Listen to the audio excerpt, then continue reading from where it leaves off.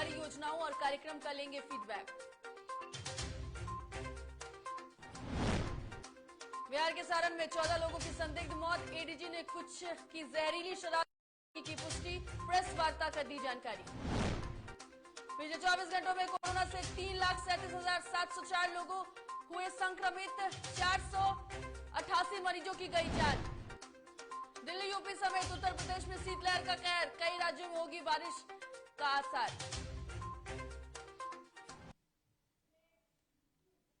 नमस्कार, डीटीवी भारत में आपका स्वागत है। मैं हूं पूजा वर्मा और अब खबरें विस्तार से। प्रधानमंत्री नरेंद्र मोदी आज सुबह करीब 11 बजे यानी कि कुछ देर में विभिन्न जिलों के डीएम से वीडियो कॉन्फ्रेंसिंग के जरिए बातचीत करेंगे। इस दौरान प्रधानमंत्री मोदी जिले में सरकारी योजनाओं और कार्यक्रमों के फीडबैक की जानकारी लेंगे और वर्तमान में क्या कुछ स्थिति है इसके बारे में भी जानकारी लेंगे। इस बात की जानकारी प्रधानमंत्री कार्यालय के द्वारा दी गई है। बातचीत प्रदर्शन की समीक्षा करने और उन चुनौतियों का पता लगाने में मदद करेगी जिनका जमीनी स्तर पर सामना किया जा रहा है। इसका उद्देश्य सभी हितधारकों के साथ जिलों में विभिन्न विभागों द्वारा मिशन मोड में विभिन्न योजनाओं की संतृप्ति प्राप्त करना है। पीएम मोदी के नेतृत्व में सरकार ने देश भर में विकास में विषमता को दूर करने के लिए लगातार कई कदम उठाए हैं और ये सभी नागरिकों के जीवन स्तर को ऊपर उठाने और सभी के लिए समावेशी विकास सुनिश्चित करने की सरकार की प्रतिबद्धता के अनुरूप है।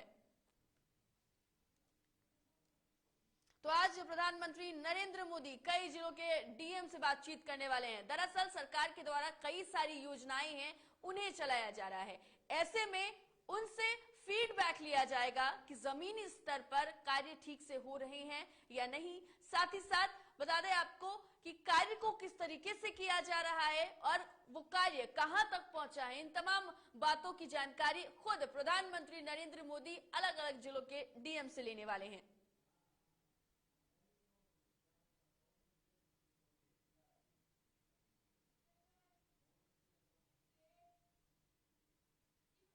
देश में कोरोना वायरस ने कहर बरपाया हुआ है। पिछले कुछ दिनों से रोजाना संक्रमितों की संख्या 3 लाख से ज्यादा ऊपर सामने आ रही है।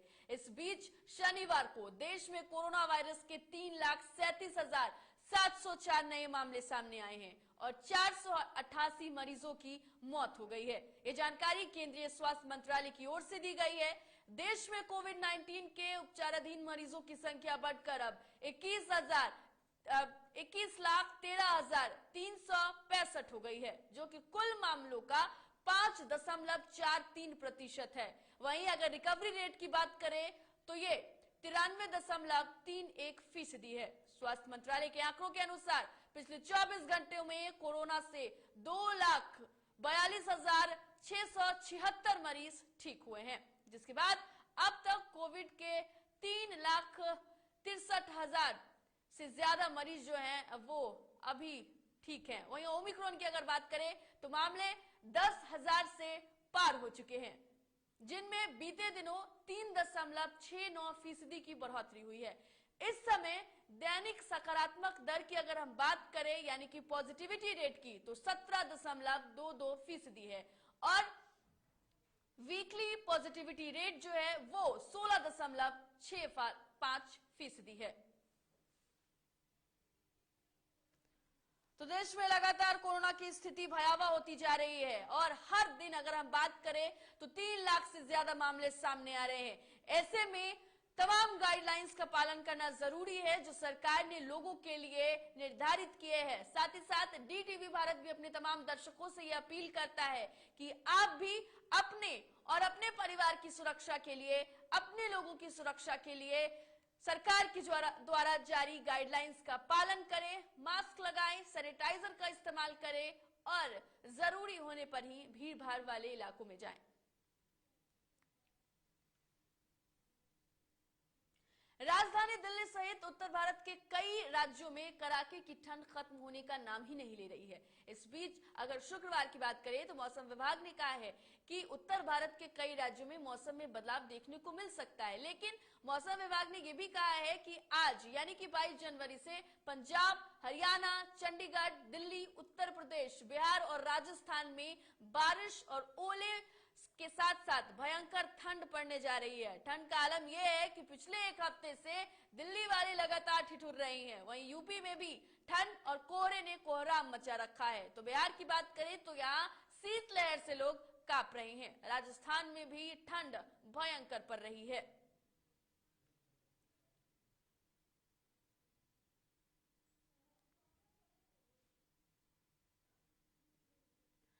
तो दिल्ली, यूपी समेत उत्तर भारत में शीतलहर का कहर जारी है। लोग घरों में रहने के लिए भी मजबूर हैं क्योंकि ठंड इतनी ज्यादा बढ़ गई है कि लोग घर से बाहर निकलना नहीं चाह रहे हैं। कई राज्यों में बारिश का भी अलर्ट जारी किया गया है। दिल्ली, यूपी समेत कई ऐसे राज्य हैं जहां पर बारिश का अलर्ट मौसम विभाग ने जारी किया है। साथ ही साथ लोगों से भी सतर्क रहने की अपील की है।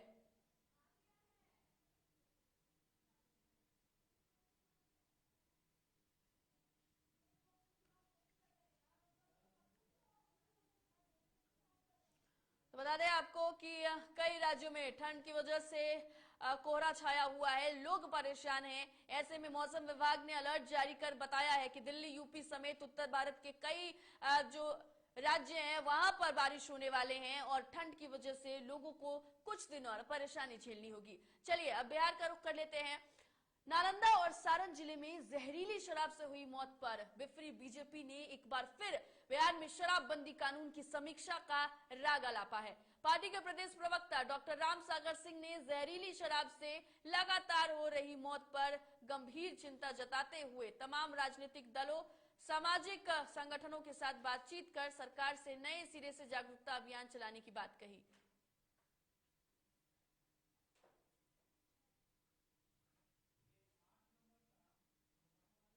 नालंदा फिर छपरा में शराब से हुई मौत का प्रशासनिक महकमा तो समीक्षा कर ही रहा है।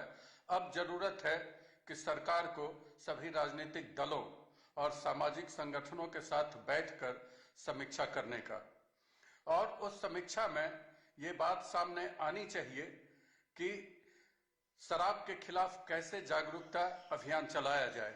नालंदा फिर छपरा में शराब से हुई मौत का प्रशासनिक महकमा तो समीक्षा कर ही रहा है। अब जरूरत है कि सरकार को सभी राजनीतिक दलों और सामाजिक संगठनों के साथ बैठकर समीक्षा करने का।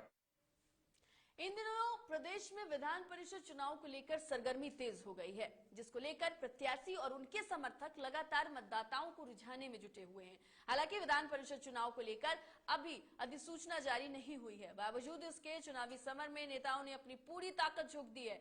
इसी कड़ी में भागलपुर विधान परिषद क्षेत्र से सिंपल देवी के पति बेलहर से जेडीयू विधायक और पूर्व विधान पार्षद मनोज यादव सुल्तानगंज पहुंचे, जहां नगर सभापति नीलम देवी के आवास पर पहुंचकर उन्होंने अपनी पत्नी सिंपल देवी के लिए सहयोग मांगा। वहीं जेडीयू विधायक से पत्रकारों के द्वारा ये सवाल पूछे जाने पर कि वहां का सांसद गिरिधारी यादव भी अपने समर्थकों को विधान परिषद बनाने के लिए लगातार क्षेत्र का दौरा कर रहे हैं, जिसका जवाब देते हुए उन्होंने कहा है कि उनके नेता नीतीश कुमार, आरसीपी सिंह, ललन सिंह और उमेश कुशवाहा हैं। वे जैसा फैसला करेंगे मान्य होगा।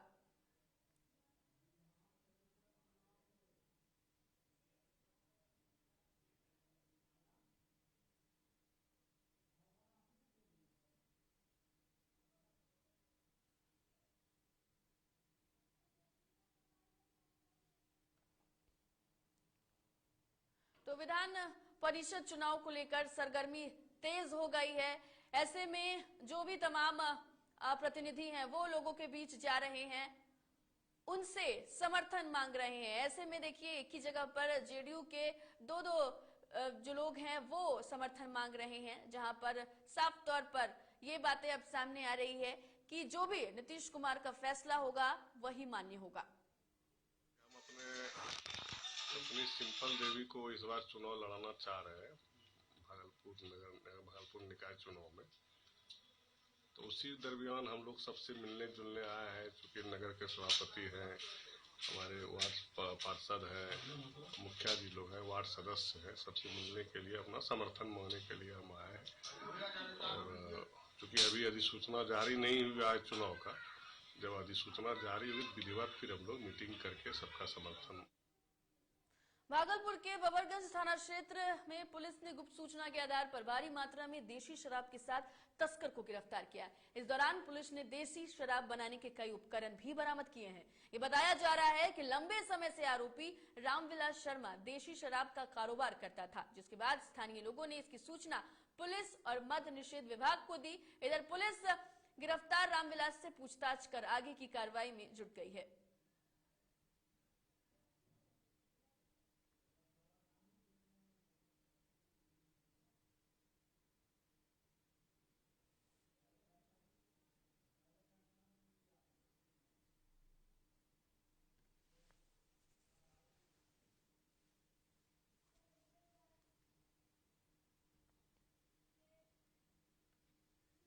समस्तीपुर नगर थाने की पुलिस को एक बड़ी कामयाबी मिली है, जहां पुलिस ने डाक पार्सल ट्रक से भारी मात्रा में विदेशी शराब के साथ ड्राइवर को गिरफ्तार किया है। दरअसल नगर थाने की पुलिस को गश्ती के दौरान गुप्त सूचना पर कार्रवाई करते हुए ओवरब्रिज के समीप भारी मात्रा में विदेशी शराब को ले जा रहे एक डाक पार्सल ट्रक को जब्त कर लिया और कार्रवाई करने के दौरान पुलिस की टीम ने ड्राइवर को भी गिरफ्तार कर लिया है। बता दें आपको कि भारी मात्रा में शराब जब्त किया है और ऐसे में जहां एक तरफ लगातार सरकार शराबबंदी कानून को सफल बनाने का प्रयास कर रही है, तो फिर ऐसी तस्वीरें सामने आ रही है जो प्रशासन के तमाम कोशिशों को विफल कर रही है। तो डाक पार्सल ट्रक से भारी मात्रा में शराब बरामद किया गया है। हालांकि पुलिस प्रशासन को गुप्त सूचना दी गई थी, जिसके बाद पुलिस ने छानबीन की, जिसके बाद डाक पार्सल ट्रक से भारी मात्रा में शराब बरामद किया गया। साथ ही साथ ड्राइवर को भी पुलिस ने गिरफ्तार कर लिया है और आगे की पूछताछ जो है वो की जा रही है, आगे की कार्रवाई की जा रही है। एक तरफ सवाल अब ये भी उठने लगे हैं कि जहां प्रशासन ये कोशिश कर रहा है, जहां सरकार ये दावे कर रही है कि शराबबंदी कानून को सफल बनाने के लिए पूरी जो हम सरकार है वो जुटी हुई है, प्रशासन जुटी हुई है, तो ऐसे में फिर तस्करों का मनोबल कैसे बढ़ रहा है, तस्कर कैसे इतने एक्टिव नजर आ रहे हैं और प्रशासन के ताबड़तोड़ छापेमारी के बावजूद भी हर दिन कह ले तो हर घंटे ऐसी तस्वीरें सामने आती हैं। रोड में मुखबरान SBI शाखा है, उसके सामने सड़क से बरामद हुई है, विशेष जांच चल रही है। हाँ, एक गिरफ्तार चालक हुआ। और इस खबर पर अधिक जानकारी के लिए हमारे संवाददाता कैसर हमारे साथ समस्तीपुर से फोन लाइन पर जुड़ गए हैं। कैसर, एक तरफ प्रशासन लगातार छापेमारी कर रही है, दूसरी तरफ तस्वीरें सामने आ रही हैं जहां भारी मात्रा में शराब बरामद की जा रही है। ताजा मामला समस्तीपुर से भी सामने आया, क्या कुछ अपडेट है? बिल्कुल, देखा जाए तो बिहार के अंदर लगातार जो है शराबबंदी कानून को सख्ती से पालन कराने को लेकर जहां पुलिस और उत्पाद विभाग लगातार एक्टिव नजर आ रही है, मगर वही जो है कि शराब धंधे के जो कारोबार करने वाले, जो अवैध शराब कारोबार करने वाले जो लोग हैं वो अब भी जो है मानने को तैयार नहीं है और लगातार जो है कि बिहार के कई जिलों के अंदर रोजाना जो है कि शराब की कई खेपें उतरती है और कई पकड़ी भी जाती है। और इसी को लेकर समस्तीपुर के अंदर भी गुप्त सूचना के आधार पे जो है कि डाक पार्सल के ट्रक में जब्त की गई है शराब और भारी मात्रा में शराब बरामद हुई। साथ में एक जो कारोबारी थे उन्हें भी गिरफ्तार कर लिया है और लगातार पुलिस आगे की कार्रवाई में जुटी हुई है। जी बिल्कुल कैसर, बेहद शुक्रिया आपका तमाम जानकारी के लिए। तो देखिए किस तरीके से जो ये तस्कर हैं, किस तरीके से ये जो अवैध रूप से बिहार में शराबबंदी कानून को असफल बनाने की कोशिश कर रहे हैं, ऐसे में पुलिस प्रशासन भी लगातार कार्य कर रही है। गुप्त सूचना के आधार पर समस्तीपुर में छापेमारी की गई, कार्रवाई की गई, जिसके बाद से एक डाक पार्सल ट्रक से भारी मात्रा में विदेशी शराब बरामद किया गया। भागलपुर में शराबबंदी और अपराध नियंत्रण प्रशासन के लिए एक बड़ी चुनौती बन गई है। आए दिन अपराधी अपराध को अंजाम देते हुए दिख रहे हैं। ऐसे में SSP बाबूराम ने समीक्षा भवन में सभी SHO, सर्किल इंस्पेक्टर, SDPO के साथ एक अहम बैठक की। इस दौरान SSP बाबूराम ने कहा है कि कई विषयों पर बातचीत की गई है। उन्होंने कहा कि इस बैठक का मुख्य मुद्दा शराबबंदी को लेकर सख्ती और इसके अलावा शराब माफियाओं के विरुद्ध कार्रवाई के लिए 7 ALTF की टीम बनाई गई है। और क्या वजह रही बैठक की? आज सभी SHO, सर्किल इंस्पेक्टर, SDPO लोगों के साथ में फेस टू फेस बिठा के आज पहली बैठक की गई, जिसमें मुख्य मुद्दा शराबबंदी को लागू करना, शराब माफिया की गांववार सूची बनाना, शराब के जो हॉटस्पॉट हैं जहां देसी शराब चुलाई की जा रही है उनकी सूची बनाना, ऐसे लोगों के विरुद्ध कार्रवाई कराना। इसके अलावा शराबबंदी और शराब माफिया के विरुद्ध कार्रवाई के लिए 7 ANPF टीमें बनाई गई हैं। खबरें अभी और भी है, लेकिन फिलहाल वक्त हो चला एक छोटे से ब्रेक का। जल्द लौटेंगे।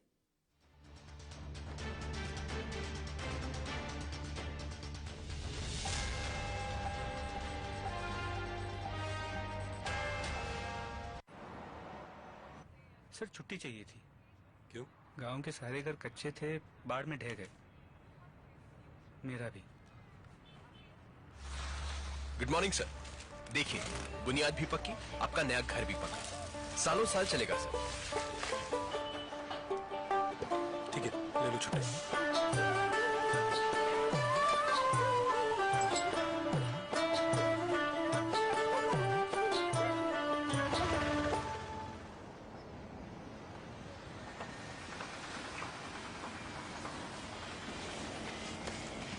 लो, हो गया घर पक्का। छुट्टी कैंसिल।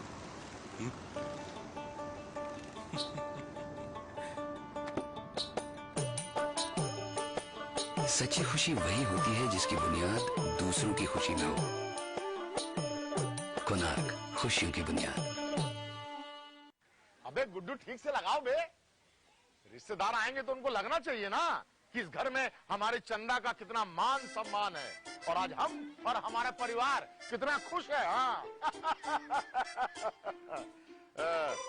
हम तो आपको बताने ही भूल गए, हमारी चंदा इतने सालों बाद गाभन हुई है। हाँ। और पहले जो दो खाए ना तो स्वस्थ और तंदुरुस्त कैसे रहेगी। भला हो मधुसूदन गोल्ड पशु आहार का, जिसके देने से हमारी चंदा गाभन हुई और उसको एक रिष्ट पुष्ट बच्चा हुआ। अगर आप भी अपने पशुओं से करते हैं प्यार तो उन्हें दीजिए सिर्फ और सिर्फ मधुसूदन गोल्ड पशु आहार। भाग खुलेंगे।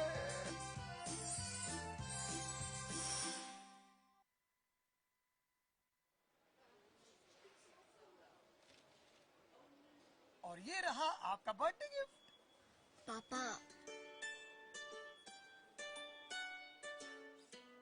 बेटा ये कैसा है? ये दुनिया क्यों न समझे, मेरी दुनिया बदल गई।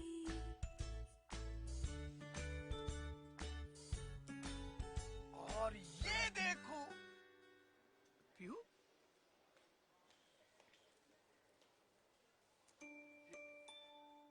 प्यू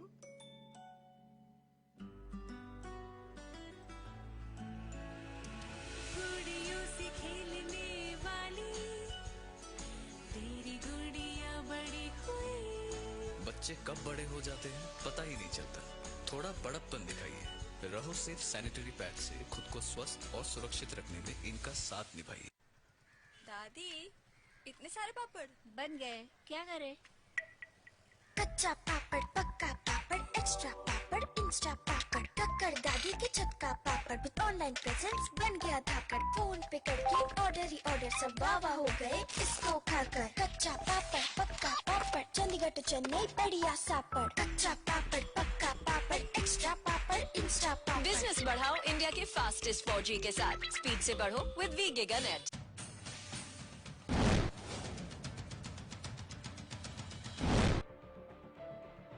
बात होगी सत्ता की,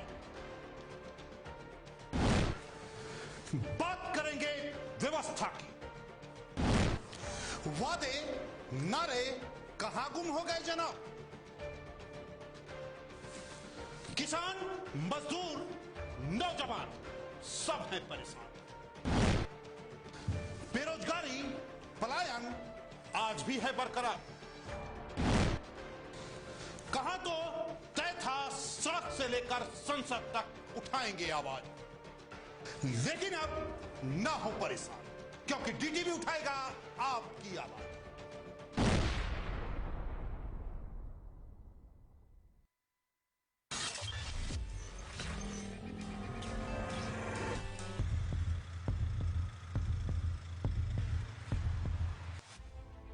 खबरें तमाम देश के नाम हर सुबह हर शाम हमारी मुहिम से मिले नई पहचान, बिगड़े हालातों में भी बेहतर परिणाम, रहेंगे हर पल आपके साथ। स्थितियां जो भी हों आप तक खबरें पहुंचाएंगे। कोरोना जैसे संकट में न दूर थे न दूर जाएंगे। समाज से जुड़े हर मुद्दे को उठाएंगे। अगर होगा गलत तो मुहिम चलाकर विरोध भी जताएंगे। पत्रकारिता का हर फर्ज निभाएंगे क्योंकि हम हैं डीटीवी भारत।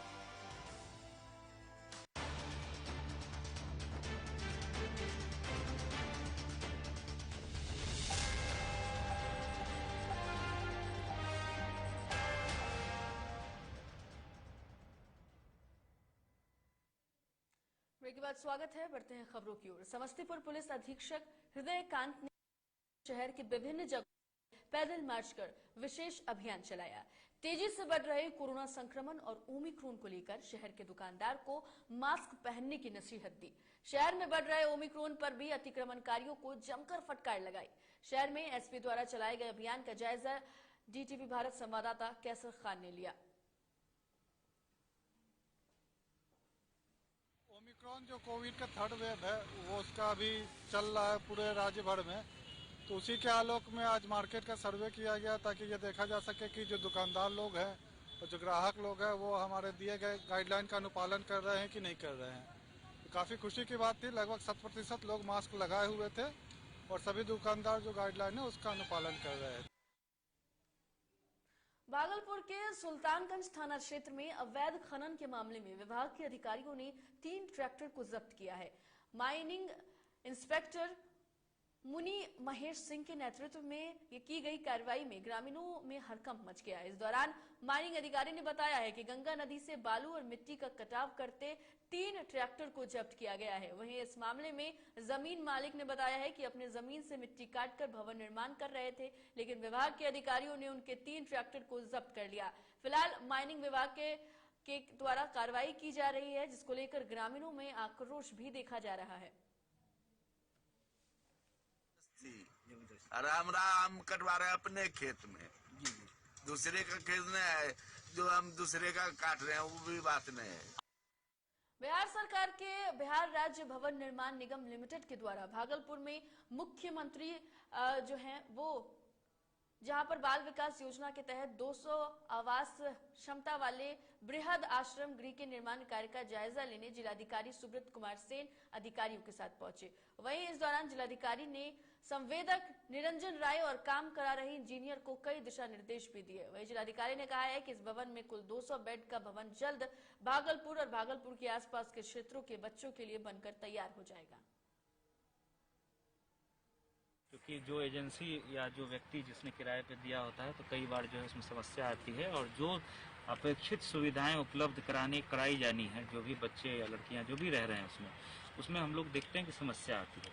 तो ये माननीय मुख्यमंत्री जी का और राज्य सरकार का निर्णय था कि इस तरह की सुविधा जो है हम लोग सारे जिले में स्थापित करें, और आप देख रहे हैं लगभग 30 करोड़ की लागत से जो टेंडर कॉस्ट है वो शायद थोड़ा कम है, तो वो इंजीनियर बता देंगे।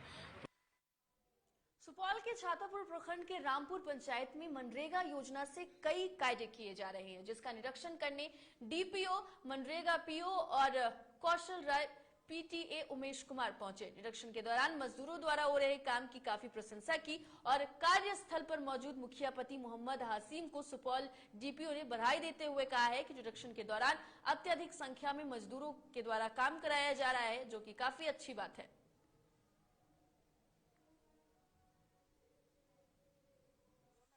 चल रहा है जिसमें जॉब कार्डधारी मजदूर काम करते हैं, उन्हीं के तहत आज जो है डीपीओ साहब जिस जिला प्रोग्राम पदाधिकारी कार्यस्थल पर आए थे निरीक्षण करने के लिए, और निरीक्षण योजना का निरीक्षण किया गया है।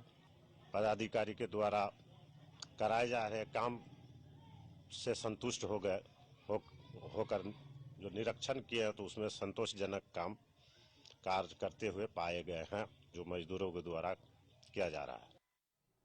भागलपुर के नवगछिया मदन अहिल्या महाविद्यालय से महज कुछ दूरी पर प्रेम प्रसंग में जलकर हंगामा देखने को मिला। दरअसल पूरा मामला उस वक्त शुरू हुआ जब युवती कॉलेज का बहाना बनाकर अपने प्रेमी के साथ फरार होने निकली थी। तभी युवक युवती के प्रेम प्रसंग को लेकर लोगों ने समझ लिया और फिर हंगामा शुरू हुआ। बताया जा रहा है कि प्रेम प्रसंग की बात दोनों के परिवारों को रास नहीं आया, जिसके बाद दोनों ने भागकर शादी रचाने की सोची। इस दौरान मदन अहिल्या महाविद्यालय कॉलेज के पास दोनों को भागते कुछ लोगों ने देखा और फिर जमकर हंगामा हुआ। हमको घर वाला से नहीं करना, ऐसे विधि से हमको क्या बोला घर वाला? नहीं करेंगे, हमको घर वाला से नहीं करना, ऐसे विधि से हमको नहीं चाहिए।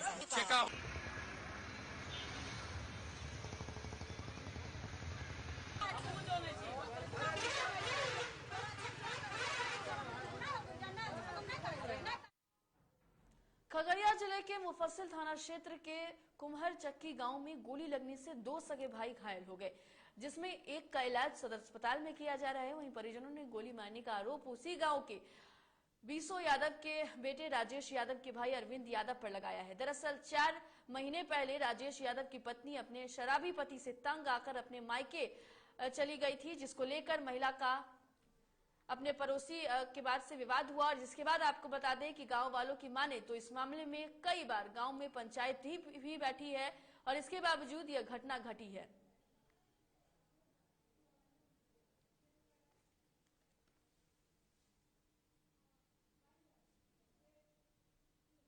फिलहाल इस बुलेटिन में इतना ही। देश दुनिया की तमाम खबरों के लिए देखते रहिए DTV भारत। मुझे दीजिए इजाजत। नमस्कार।